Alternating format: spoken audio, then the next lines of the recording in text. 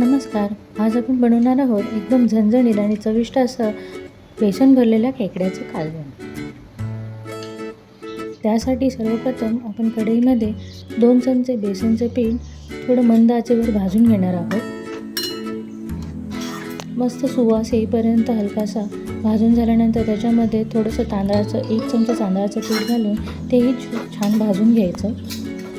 हलकंसं भाजून झालं की एका प्लेटमध्ये काढून घ्यायचं आणि त्याच कढईमध्ये पुन्हा तेल आणि कांदा टाकून चांगला कांदा परतून घ्यायचा. मी 1 कांदा घेतला आहे. कांदा चांगला परतून झाला की त्याच्यामध्ये हळद, काश्मीरी लाल मिरची पावडर टाकून चांगलं मिक्स करायचं आणि आपण जे भाजलेलं बेसन होतं ते पण त्याच्यात ॲड करायचं आणि त्याच्यामध्ये थोडंसं मीठ टाकून चांगलं मिक्स करून घ्यायचं. हे छान मिक्स झाल्यानंतर एका प्लेटमध्ये थंड करण्यासाठी काढून घ्यायचं. आता या स्वच्छ केलेल्या खेकड्यांमध्ये आपण जे भाजलेलं बेसन होतं ते आपण भरून घेऊ. त्यासाठी आपण त्या बेसनमध्ये थोडं पाणी घालून पहिलं त्याचं पेस्ट करून घेऊयात. छान एकत्र अशी पाणी घालून पेस्ट केली की ते आपण एका कवटीमध्ये भरून घेऊयात. हलक्या हाताने एकदम भरून घ्यायचं आतमध्ये, जेणेकरून सगळीकडे लागेल ते पीठ. हे बघा, हे असं भरून घ्यायचं. तसंच मी दुसऱ्या पण कवटी अशीच भरून घेते. 3 कवट्या भरून बाकीच्या 3 मी अशाच ठेवल्या. ते डायरेक्ट आपण कालवणात घालू. नंतर छोटे पाय जे असतात खेकड्याचे ते आपण मिक्सरला पाणी न घालता पहिलं वाटून घेऊ. हे बघा, हे असं होऊन जातं. त्याच्यामध्ये नंतर पुन्हा एकदा पाणी घालून पुन्हा बारीक वाटून घ्यायचं आणि चाळणीमध्ये पाणी घालून ते पाणी चाळून घ्यायचं. चमच्याच्या साहाय्याने असं गोल फिरवत ते पाणी चाळून घ्यायचं. मिक्सरच्या भांड्यामध्ये पाणी घालून पुन्हा पूर्ण तो गर चांगला चाळून घ्यायचा. चाळून झाला की एका साईडला थोड्या वेळासाठी सेटल होण्यासाठी ठेवून द्यायचं. नंतर मिक्सरच्या भांड्यात भाजलेलं सुकं खोबरं, भाजलेला कांदा आणि मिरची, कोथिंबीर याचं वाटण करून घ्यायचं. हे छान असं वाटण तयार होतं.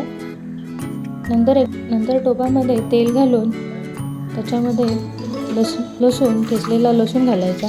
चांगला परतला की त्याच्यामध्ये जी अंडी असतात खेकड्याची ती चांगली भाजून घ्यायची. त्यामुळे रश्श्याला छान चव येते. चांगलं भाजून झालं की त्यामध्ये हळद घालायची. हळद घातल्यानंतर 1 कांदा घालायचा. तोही चांगला परतून घ्यायचा चांगला तेलामध्ये. कांदा चांगला परतून झाला की त्याच्यामध्ये 1 टोमॅटो घालायचा. टोमॅटो पण चांगल्या तेलामध्ये परतून घ्यायचा आणि त्याच्यामध्ये मग नंतर घरचा मसाला आणि काश्मीरी लाल मिरची पावडर घालून चांगलं भाजून घ्यायचं. नंतर त्यामध्ये आपण तयार केलेला वाटण घालायचं. छान तेल सुटेपर्यंत भाजून घेतलं की त्याच्यामध्ये आपण जे भरलेले बेसनचे कवट्या होत्या त्या घालून घ्यायच्या आणि राहिलेला सगळा खेकडा त्यामध्ये घालून घ्यायचा.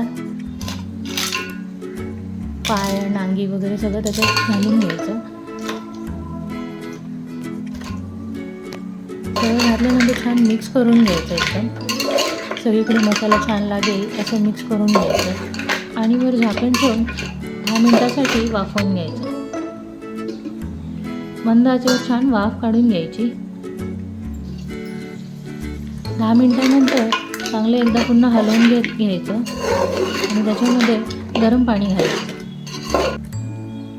पहिल्यांदा थोडंच पाणी घालायचं, कारण आपल्याला नंतर जे पाय वाटून आपण पाणी केलं होतं ते पण पाणी घालायचं आहे. थोडंसं मीठ घालून पहिलं उकळून घेतलं छान. त्यामध्ये नंतर बारीक केलेले आपण जे पाय होते त्याचं पाणी घालून घेऊ आणि चांगलं हलवून घेऊ. नीट मिक्स करून घ्यायचं आणि मंद आचेवर शिजण्यासाठी ठेवून द्यायचं. छान उकळी येईपर्यंत शिजवून घ्यायचं आणि तयार आहे आपलं एकदम झणझणीत, चविष्ट आणि घरगुती असं बेसन भरलेल्या खेकड्याचं कालवण. गरम गरम भातासोबत, भाकरीसोबत हे खायला एकदम भारी लागतं. तुम्ही ही रेसिपी एकदा नक्की ट्राय करून बघा आणि कमेंटमध्ये मला नक्की सांगा की कशी झाली ते.